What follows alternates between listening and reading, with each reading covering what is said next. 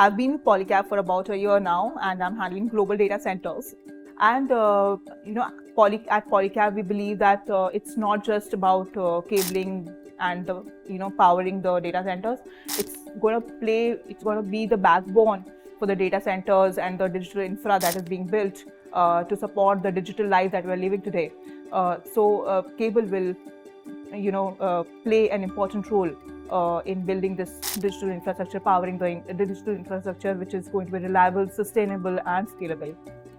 So Chennai, if you look at it, is a convergence of geography, sustainability, the power that is required, and especially the subsea cables that are required.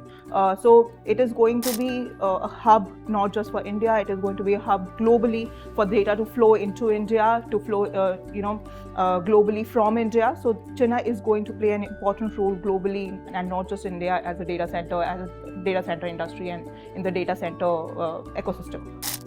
So first of all, I would like to congratulate W Media for putting up this event. We've participated with W Media last year as well, and we will continue to participate with W Media.